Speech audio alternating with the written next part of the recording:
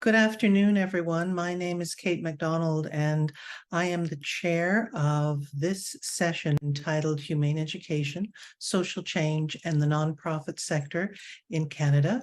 We are both pleased and honored to welcome you to the 2023 UNESCO-DCMÉT International Symposium in collaboration with Kyunghee University in Seoul. As you well know, these have been 3 very busy days of sharing information and collaborating with colleagues and new friends from around the world.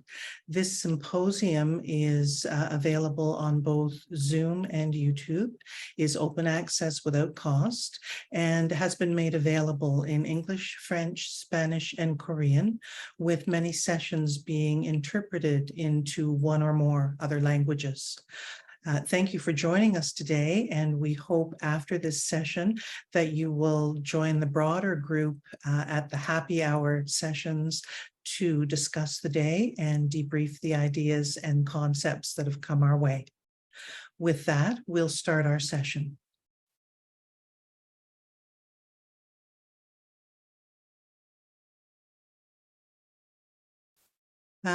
In starting our session today, we'd like to take a moment. We are a new nonprofit based in Canada, and it's important that we acknowledge the Indigenous peoples in Canada. We commit to a path of truth and reconciliation with Indigenous peoples. Our work takes place on the lands which are the traditional meeting grounds and which are home to many diverse Indigenous nations. Our work will reflect the values of awareness, respect, peace, friendship, and understanding in partnership with Indigenous peoples. And we've included a very poignant quote from Chief Dr. Robert Joseph. Let us find a way to belong to this time and place together. Our future and the well-being of all our children rests with the kind of relationships that we build today. It's my pleasure today, in solidarity with my colleagues, Magdalena Smerdel and Amanda McGibbon, to introduce you to OneKind, a new nonprofit in Canada focused on sharing resources for more compassionate, inclusive, and sustainable communities. We are honored to espouse the symposium ideologies of global citizenship, democracy, and transformative education. And as an example of the interdependency of all beings, we introduce the added dimension of considering animals as another form of a vulnerable population, deserving of a place alongside discussions regarding vulnerable people and our collective vulnerable environment. To set the stage for today's session, which will be 1 hour in length, and will include some time at the end for questions and comments from the folks who have joined us today, I'm going to turn things over to Magdalena Smerdel, who will guide us all in a brief meditation. Thank you, Kate. And yes, so we invite you to join us. This is just a brief guided journey to a peaceful place within us where we can all join in compassion, love, and oneness with all things. And so what I would do is invite you to turn your cameras off for the time being, or your videos, and you can just close your eyes and sink right back into your chair, wherever you're sitting, your couch at home, in your office chair. Just sink right down into your seat and feel your body just loosen and relax. Feel your shoulders dropping and all your muscles just becoming nice and soft. And you're taking a deep breath in and slowly exhaling. A deep breath in, bringing light and love from the universe into your body. and releasing stress and tension out.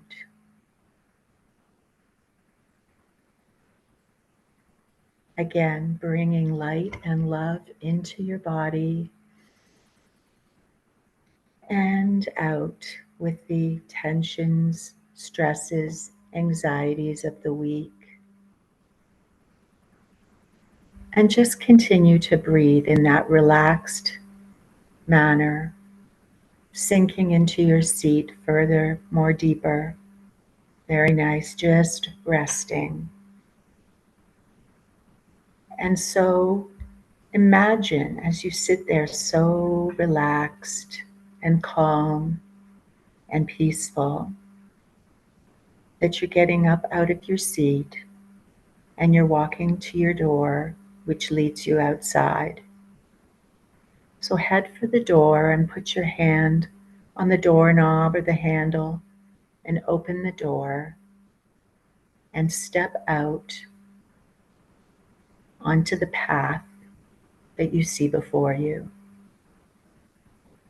And you're just going to walk along this path a little ways, noticing what you see all around you. There could be a river, some trees, whatever. This is your path. Just notice what's there, what the path feels like under your feet. Walking slowly, relaxed.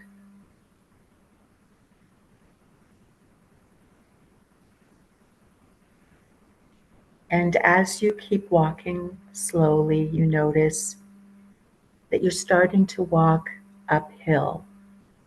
There's a slight incline, and you're just heading upward, walking, relaxing, moving slowly upward until you reach the top.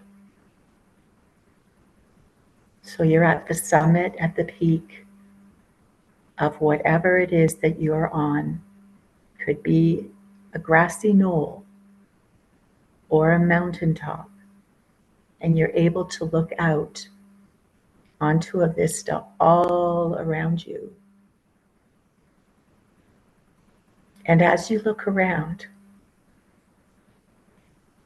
other peaks and knolls and hills are coming into view all around you. And you're seeing people, all the people that are here in the symposium today or future observers of our videos. We're all in the one mind together, and they're all around you. And you feel so connected. And there's animals all around as well. In the trees, on the ground, down in the waterways below, you can see them all around. And you feel connected to the whole earth and all its beings.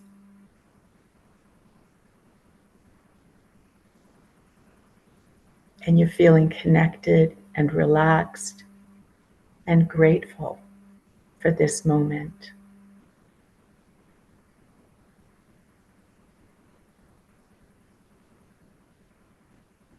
And just rest in that connectedness, that oneness, that web of life all around you.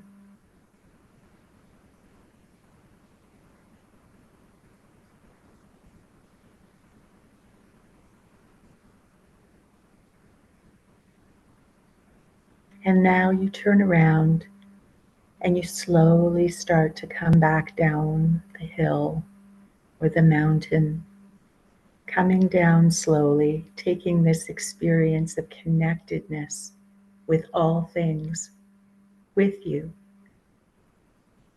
so that no matter when you're alone or lonely or feeling sad, you know that that moment exists in your being of being connected and loved and supported. And you're walking back along the path, feeling calm, peaceful, and you're making your way back to your door, and you open the door, step through, and back into your chair,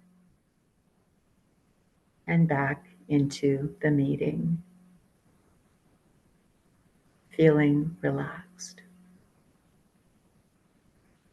And when you're ready, you can open your eyes, turn on your camera, and come back into the meeting.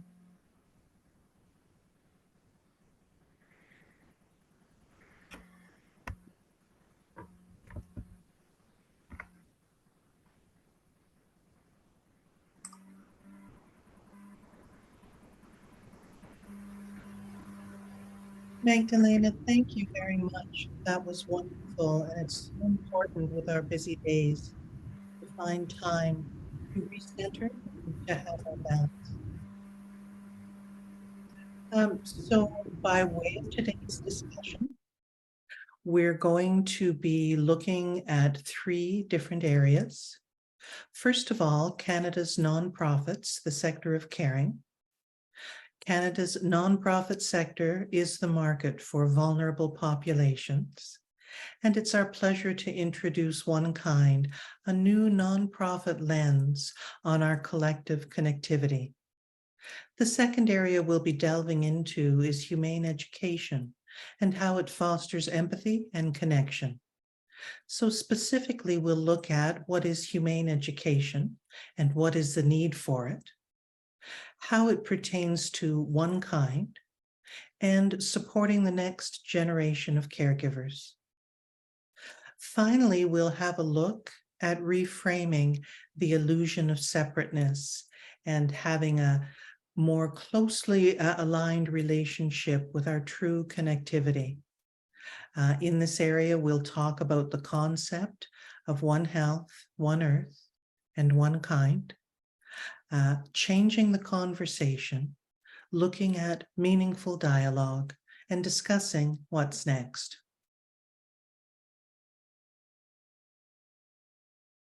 So now let's talk a little bit about Canada's nonprofit sector. It might surprise folks to know that the nonprofit sector, sitting beside a very formidable private sector and public sector in this country, does represent 8.7% of the gross domestic product, or approximately $189 billion. People in Canada give $14 billion annually to charity. So you can see that the sector is a vital part of our economy. There are approximately 170,000 nonprofits in Canada, and about 86,000 of those have charitable status. Large numbers, but in fact, most not-for-profits and charities are small. 90% employ 10 or fewer full-time staff. That said, as a sector, we employ 2.5 million people in Canada, and we engage another 13 million people as volunteers. So in any given year, approximately 41% of people in Canada volunteer an average of 131 hours per year, which is an amazing contribution of free and often specialized labor into our missions and our causes.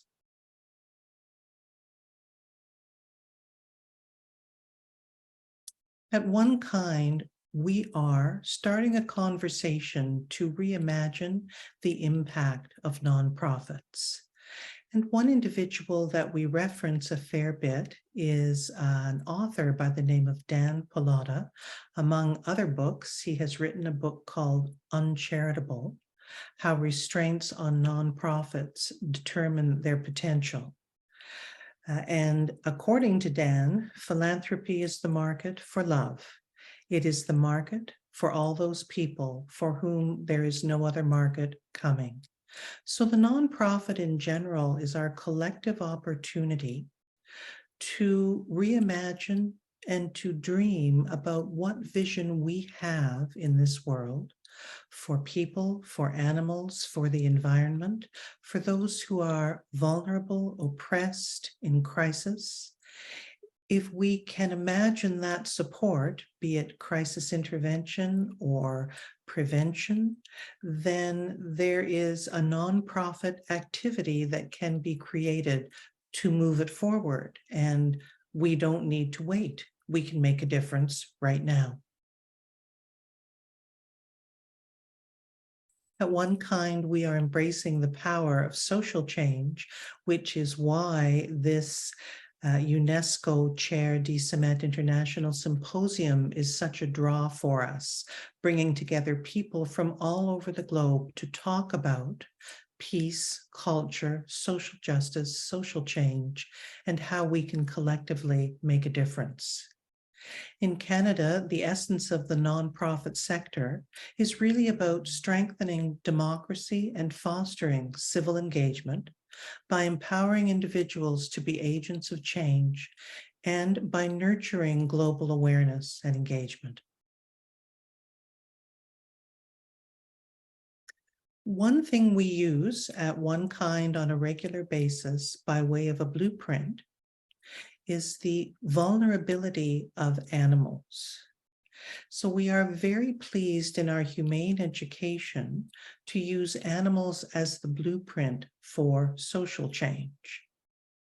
Rather than seeing animals as something that is owned or a commodity for the private sector markets, we prefer to put forth that animals are really another form of a vulnerable population. To quote Magdalena, truly global citizens in their own right, which is a little bit different than how most folks look at animals today. And what we found that's very interesting is that when young children are invited to relate to animals with kindness and empathy in their early years, a path is created to guide human interactions, to encourage empathy, and to encourage mindfulness.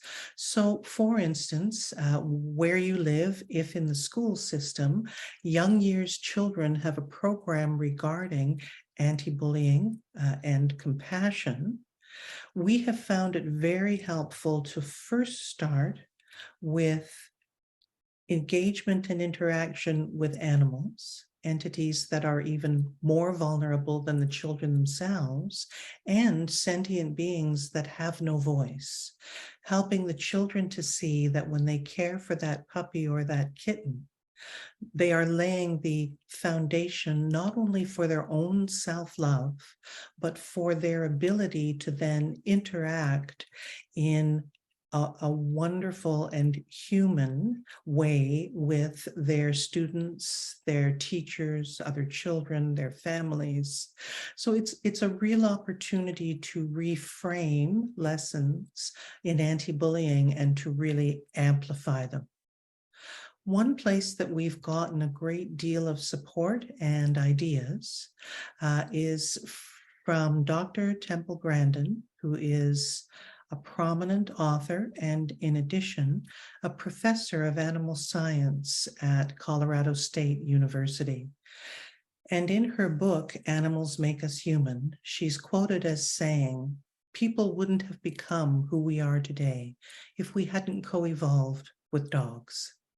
Animals make us human." So, Magdalena, I'm not sure if Coco is still on your lap, but maybe she could say hello.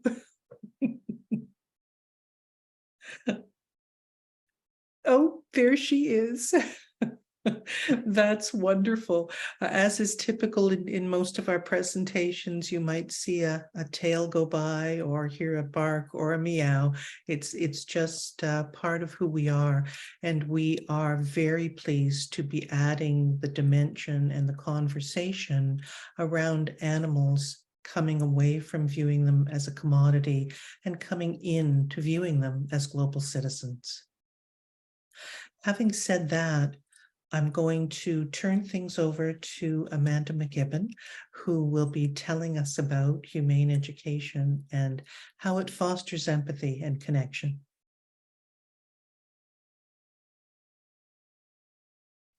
Thank you so much, Kate. That was wonderful. Hi, Coco. Hello, everybody. Thank you so much for joining us. So I'm honored to be able to speak to you today about to share some of our philosophies around humane education and why it's important and where we are going, where our ideas for this are hoping to lead the next generation, the ones that will be leading and influencing the decisions and choices now, because they have influence now, but also in the future as they grow into positions of leadership, making decisions, their own sort of everyday decisions as well. So an important place for us to start is around compassionate communities. So our ultimate goal is for all communities to sort of have a foundation of compassion, to lead from this place of compassion, and having compassionate leaders really bring that and encourage that in their own communities is going to be vital. So rather than having the community members sort of striving and advocating for compassionate communities, wouldn't it be wonderful that that was already the standard and that was just in place? That's what we see for communities in the future.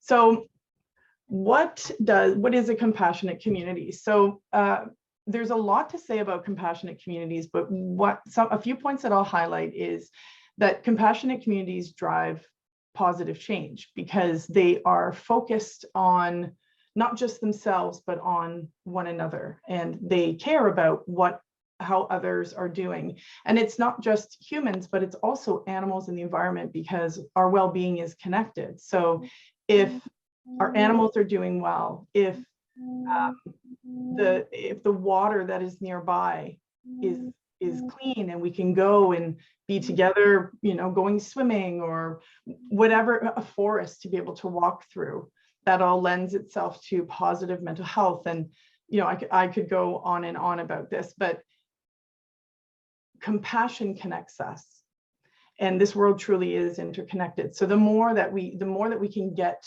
the more that we can have that be infused into our communities, the better all humans, animals, and the environment will be. Compassionate communities also, as I said, because it's not just focused on oneself, it's offering support for any people or animals, or a river that's has become dirty or has some garbage in it, to support that. The initiative, or if they're needing some help, there's support there, and this helps to reduce loneliness and feelings of disconnection. And we're more connected than ever. I mean, I can imagine there's tens of countries participating in, like 40, 50 countries participating in this symposium this week. But at the same time, sometimes we're seeing some disconnect from those deeper connections because we are pulled in so many directions. So compassionate communities are about deeper connection as well. Another thing that's really important about compassionate communities is it embraces this and mindset. So it moves away from that binary and this sort of like either this or that. It promotes creativity. You see innovation come out of compassionate communities. You see valuing of different mindsets, because if you are looking at this alternative or this alternative and trying to find something that meets the needs of those two models, the more lenses, the more thoughts you have going into that process, the richer it will be. And compassionate communities embrace that. Excuse me. And ultimately, I had started with saying that these compassionate communities would be possible because of the compassionate leadership that would be either at the municipal level, so at city levels or at higher levels of government, but also in the playground, in community leaders. And if we rewind back to sort of where we're at right now, these compassionate communities will also create this sort of circle of leaders coming out of it. And so our vision for how we're going to get there from here, how do we get to compassionate communities so that there's this sort of perpetuating cycle of compassionate leaders sort of coming out of these communities, is through humane education. And so humane education may be a familiar term for some that are watching now, but for those who this is relatively new or would like to learn a bit more about it, I'll talk a little briefly about humane education. The great thing about humane education is that it is not a single, it's not a single approach. It is by its very nature inclusive. It recognizes the interconnectedness of the world. It recognizes that that my children's well-being is connected to the oceans and the wetlands, and your children's well-being and your parents' well-being, and the animals that live in these environments and the animals we have in our homes. And so what humane education really focuses on is fostering a respect for all living, the entire living network, as well as encouraging and building compassion, so that children are starting from this place of compassion, recognizing, for example, in the work that I do, we learn about nature around us. And when we want to learn about the water and the color that's in flowers, petals, and we'll go and press it and have it show up on a piece of paper, the children are encouraged to ask the flower if it's okay if we have one petal, so we can learn more about them. So that they learn that that flower is not theirs, that flower is its own, and there's compassion being built in place as part of their foundation of understanding what the world is about.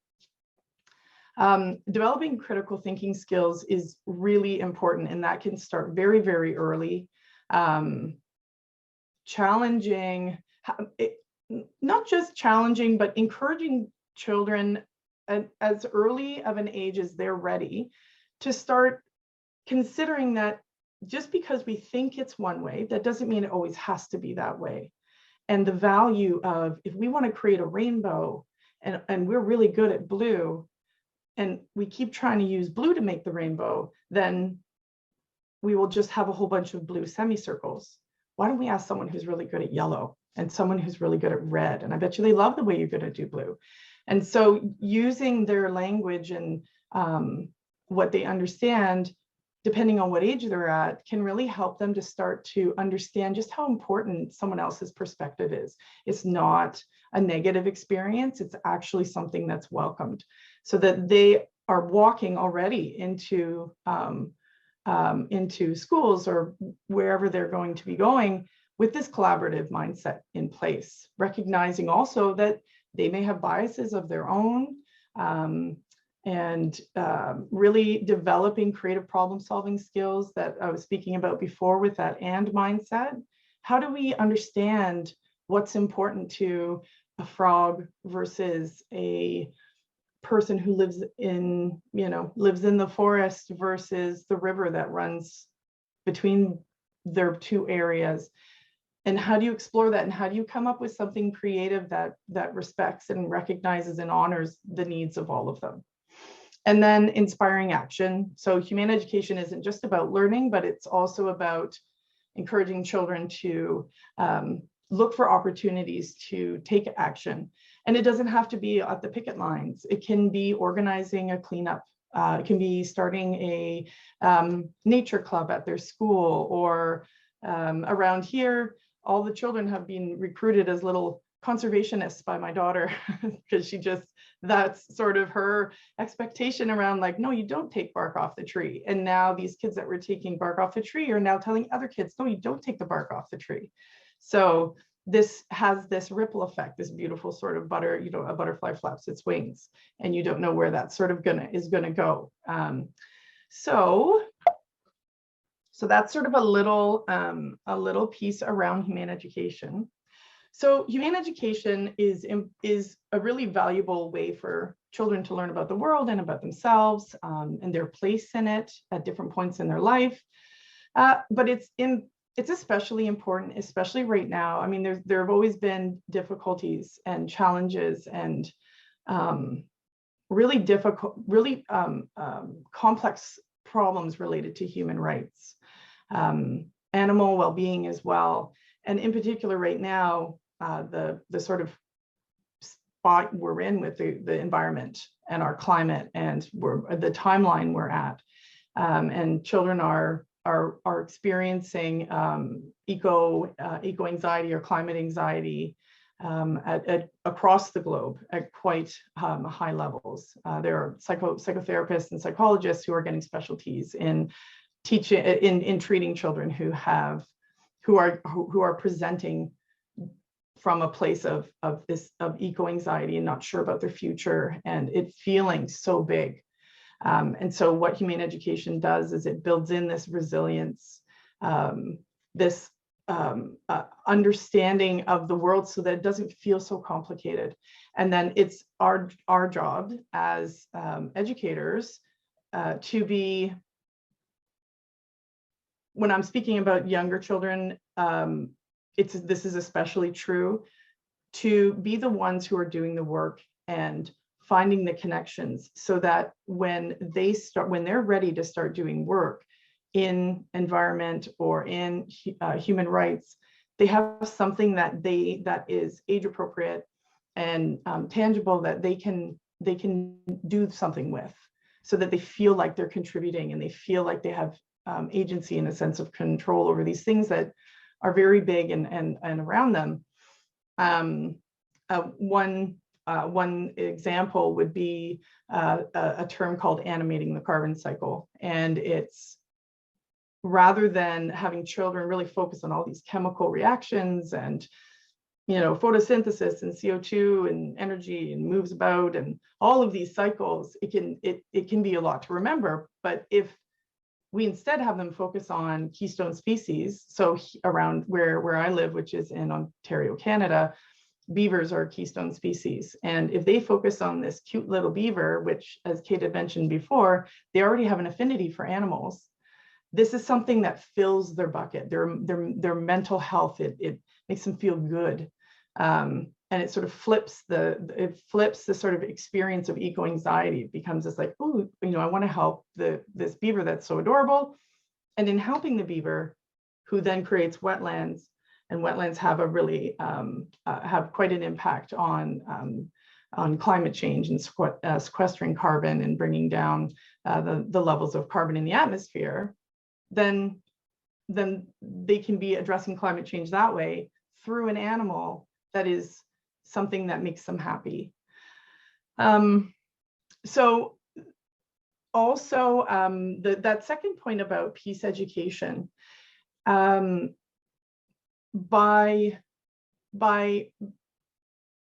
teaching them in this in the context of a compassionate environment, having them take that learning about understanding the world and how they can learn about it and what they can do in a way that is empowering, and they understand the value and the beauty of the differences around them, both people and the animals and the environment and the challenges.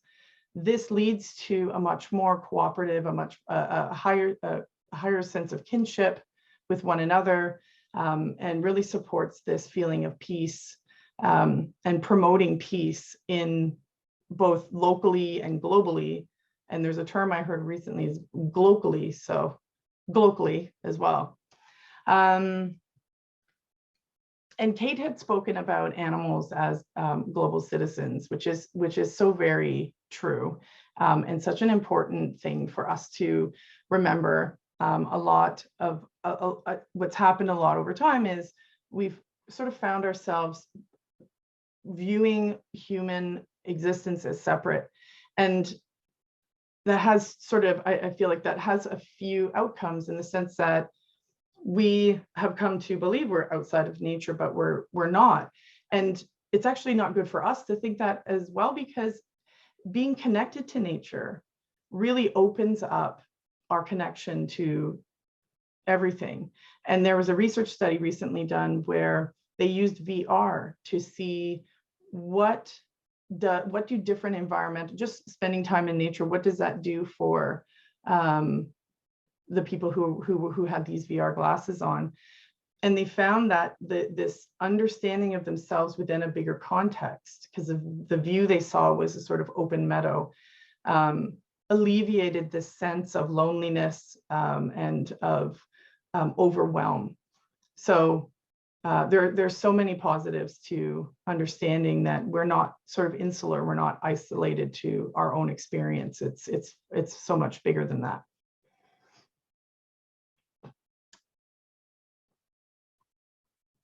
Okay, so OneKind concept, in so many ways I could have substituted the word OneKind for humane education in terms of speaking about the philosophy and the pedagogy of how to approach education with children.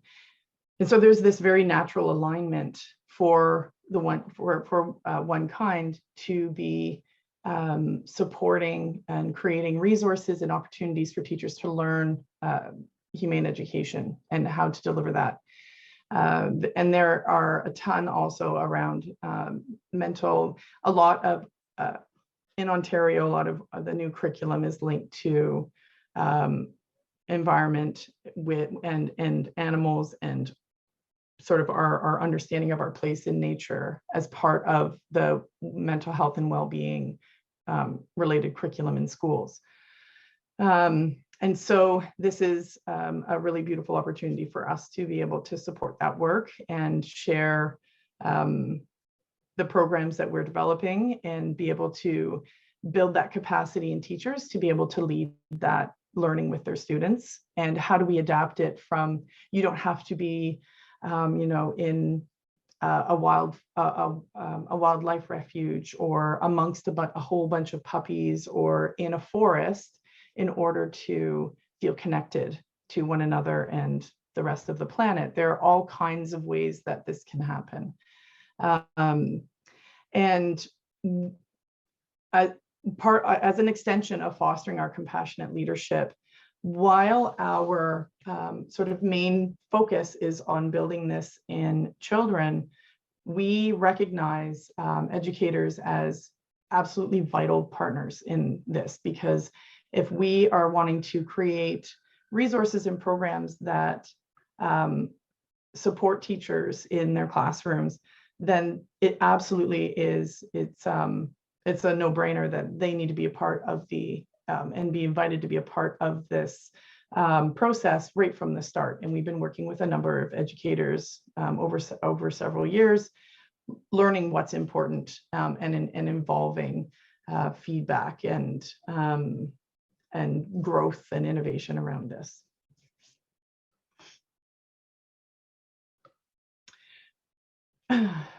Sorry, I have my Zoom piece covering my slide here. Okay. So I had mentioned earlier about eco-anxiety. My apologies, I must have unplugged my laptop at some point. I don't want us to lose each other. I mentioned earlier about eco-anxiety, and that's going to be a very important piece too, as children are not just sort of in terms of their connection to one another, this eco-anxiety piece, but it's very important that not only do they feel like they understand the things that are sort of coming that are being put in front of them as they move through their learning career and then eventually into their adult careers. It's very important too that when it feels like it's a lot, they have those resources to help themselves reset and find equilibrium again. Because as you all know, these sort of global issues are very complex, and they can weigh heavy on minds and hearts. And it's so important to take care of yourself and for children to take care of themselves. as they're moving through their lives. And so addressing eco-anxiety and weaving it and embedding that into our resources is absolutely a fundamental piece. And it's not so much about, oh, everyone's got eco-anxiety. We certainly don't want to be planting ideas, but it's providing resources to address it, but even more so building ways to develop a feeling of resilience and a mindset that protects them, that's preventative as they are growing older, so that they're not having to undo it so much as I understand what's going on right now. And even though that feels really big, I've got this one piece I can do something about, and that grounds me. And there's all kinds of, whether it's mindfulness or approach or ways of sort of explaining certain things so that it does not feel like doom and gloom, having children understand that nature is resilient and people on the whole are good, and not, all these, it's not all wars, and there are good people and good, there are nuances and interconnectedness in nature that if we support people, if we support animals, all of that interconnectedness piece that feels heavy is actually the magic that happens once we start supporting one another. And this is the training and the understanding we hope to share with educators as well, so that that's something that's part of the sort of culture of classrooms. And I'll just go to this next slide. So I don't want to say in the end, but our original idea that we had started with, that sort of led to all of sort of how we're going to get there. What we want to be doing is partnering with educators. We want to be mentoring young leaders, and we ourselves want to be supporting nonprofits. And we invite anyone who would be interested in doing so to also do that, whether if you want to work with us, or if in your own communities there are nonprofits that support this type of learning, or young leaders that are looking for paths to develop their ideas and make a difference. And partnering with educators, because educators want to do well by their students too. And the more that we're working together, the more that we can get done. So if you have expertise and knowledge, and you reach out to educators in your community, we can sort of have all these different, as I'd mentioned before, all these different lenses and all these different ideas for teaching children and making it engaging and real life experiences. So I encourage you, invite you to do the same as well. My goodness, Amanda, thank you very much. That was fabulous insight, and your recent work in the environment and in teaching children has been hugely helpful for OneKind. Thank you. And we're going to lean in a little bit now into the final area of the presentation, which is reframing the illusion of separateness. So I'll turn things over to Magdalena Smerdel.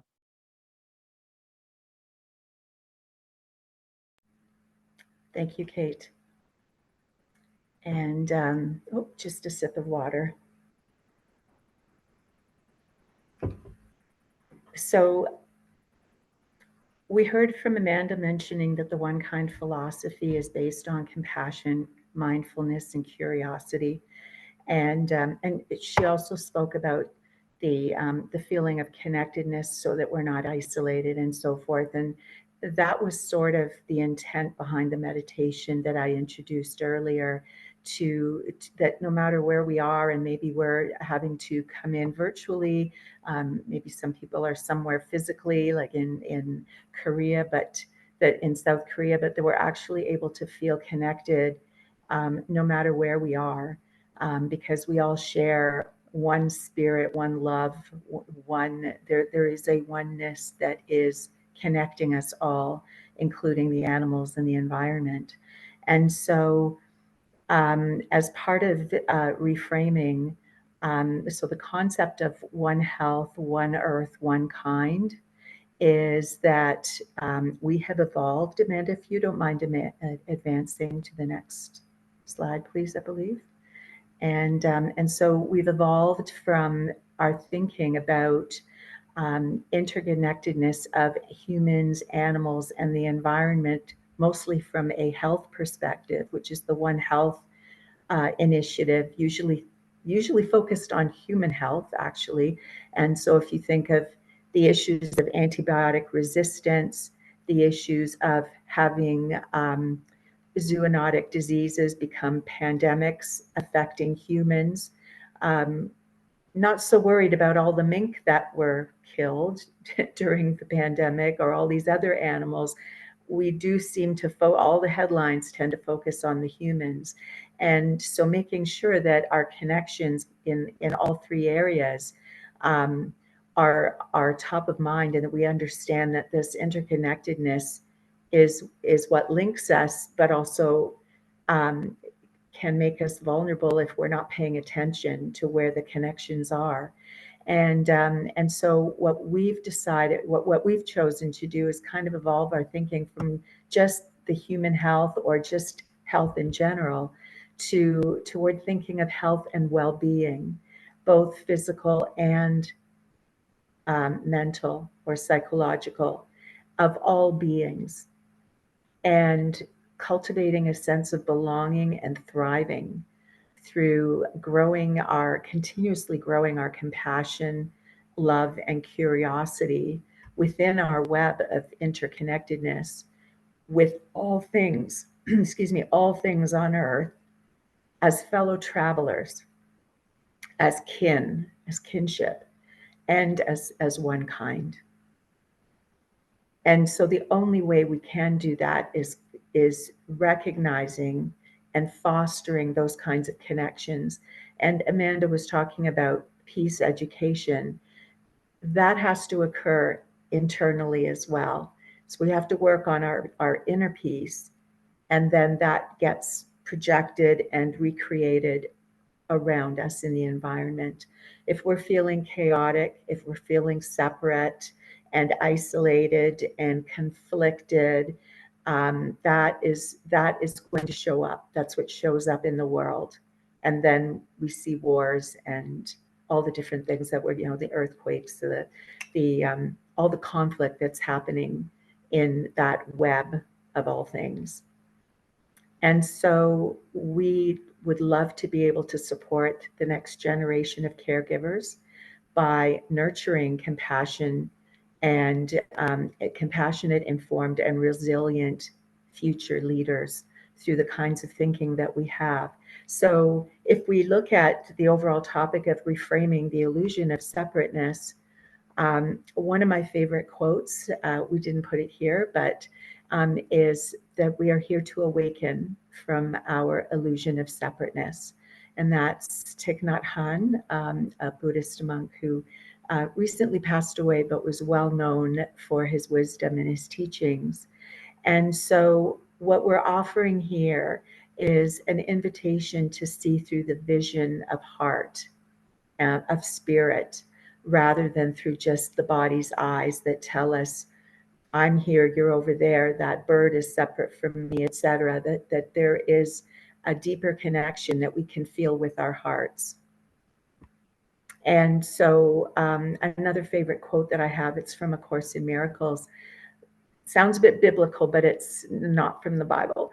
Let not our eyes be blasphemous today. Let not our ears attend to lying tongues. And what that's saying is, don't just look with your eyes and see different color and different gender and different this and that and race and whatever, but listen to what's happening in your heart as well, that this is another person wanting to meet or wanting to be understood, wanting to be heard, and just to foster that curiosity so that we can increase our connection rather than separation. And And the same thing with the ears attending to lying tongues. You know, we hear different accents, we hear different things going on. The media really focuses on the negativity in the world, and to just not believe just that, but also believe that there are good people in the world that are wanting to do good things for each other, for themselves, for their families, for the animals and the environment, and being aware that really we should be listening to our hearts a lot more than our senses. And there are wonderful initiatives. I just got to hear about an initiative or yesterday when I was in a meeting, and it was about veterinary medical education. And there's a group of students I believe it's in Wisconsin, that are having the opportunity to work in an outreach clinic. And that's right from first year. So in first year, they might only be doing maybe a vaccine clinic or just a wellness, because they don't have the skills yet to do anything more complex. But the point of it is to be there for 1-hour appointments, meeting these people that are coming to the outreach clinic and really connecting, hearing their stories, hearing about the relationship between the client and their animal companion and their circumstances, their challenges. And I'm a little moved by this, but the students reported back that they were feeling a lot more connected to the client. They understood where the client was coming from, and they slowly were developing a different relationship with issues such as homelessness, housing insecure, addiction, the types of things that their bias might have told them this person should not be having a pet. They can't afford to take care of its medical needs or whatever. And in fact, in another conversation we had earlier today around the human-animal bond, we know that the human-animal bond has physical, psychological, physiological health benefits for people, as well as for their animal companions. So overcoming those kinds of biases by being open-hearted and really listening to the client was really important. And that's an invitation for all of us to just let people show up who they are and not jump to biases and past associations. And so what I would like to suggest is that if we're going to change the conversation, there needs to be an evolution in our thinking about and experiencing others, whether it's animals, the environment, the rivers, the people that we encounter, that we slowly move away from separate beings with separate interests, and we move towards interconnected beings in a web of life with inextricably linked interests, so that we experience a kinship with all beings and embrace curiosity.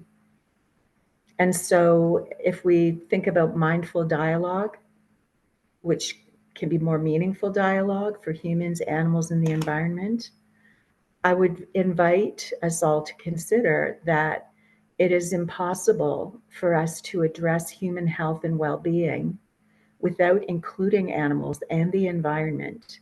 For example, the SARS-CoV-2, which came from the animals, the effects of wildfires or droughts. We are not in a vacuum. And so fostering those interconnected relations is really important for us all. And it is impossible to address animal health and well-being without including their relationships with humans, as well as the climate and the environment that is supporting and sustaining them. So looking at farming practices, wildlife conservation practices, zoo practices, climate effects on animals in the wild. The animals don't live in a vacuum either. And it is impossible for us to manipulate or impact the environment without impacting humans or animals. So wherever you are right now in the world, you are likely seeing some evidence of this, of our impact on how the environment is responding, with extremely high summer temperatures in some parts of the world, droughts, hurricanes, all sorts of things that are happening. And so it is really essential that we who work in any of these three areas, whether it's with people, animals, or the environment, find ways to work together in a holistic and harmonious manner, because we are interconnected, and that would help us enhance the lives of all of Earth's inhabitants, our kin. Thank you. Thank you, Magdalena. That was wonderful, and I really appreciated your example of those veterinary medicine students learning outside of the curriculum to become citizens of medicine and not just providers of it. That was wonderful. So that concludes our presentation today. We thank you very much for joining us. I'm not certain if there are any questions or comments here today, but some of us will be available at the networking sessions after today's events.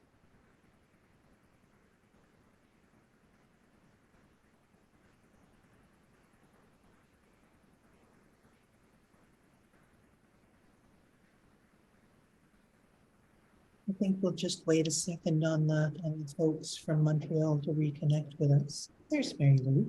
And in the meantime, we'll invite you to connect with us at onekindpath.org. We'd love to share resources and hear your stories.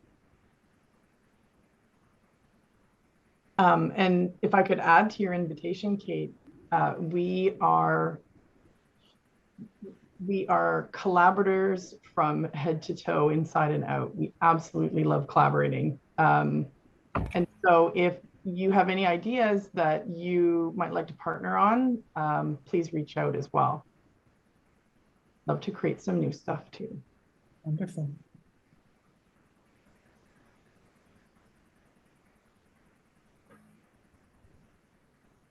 Maybe just while we're waiting, I can share a cute little story, just so that, just to fill the quiet. Just an example of the way that humane education can support children in sort of developing empathy and there's a sense of resilience. Two really quick, I'll give you super Coles notes. There was a grade 8 child that came that I was delivering some programming to, and at the beginning he was assigned as part of a game a snapping turtle. And so in Ontario, snapping turtle looks like if you take a turtle and like a dinosaur stegosaurus and smash them together and make it real small, that would be a snapping turtle. And a lot of people think, oh, not very cute. I think they're really cute. But the student wasn't too happy about having to be a snapping turtle. He actually decided not to play the game because he was a snapping turtle.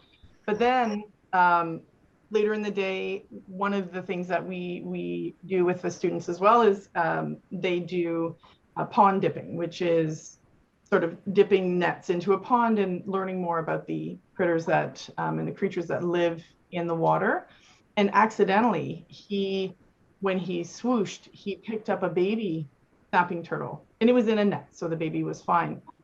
And for the rest of his time with us, he was so protective of that little turtle. He wouldn't let anybody go over to the area where I had put him so that no one else scooped him up by accident. And that's in less than a day. Have any questions come up before I don't need to say the next story if we have any questions, but. Mary Lou, are there questions or comments out in sight, please? We're okay? No, nothing in sight. No. Okay, great.